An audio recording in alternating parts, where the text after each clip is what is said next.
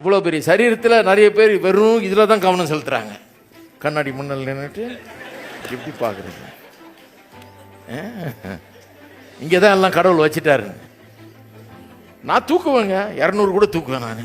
ஆனால் வாழ்க்கையில் ஒரு சின்ன பாரம் வந்தால் டொப்புன்னு போட்டுட்டு போயிடுறது.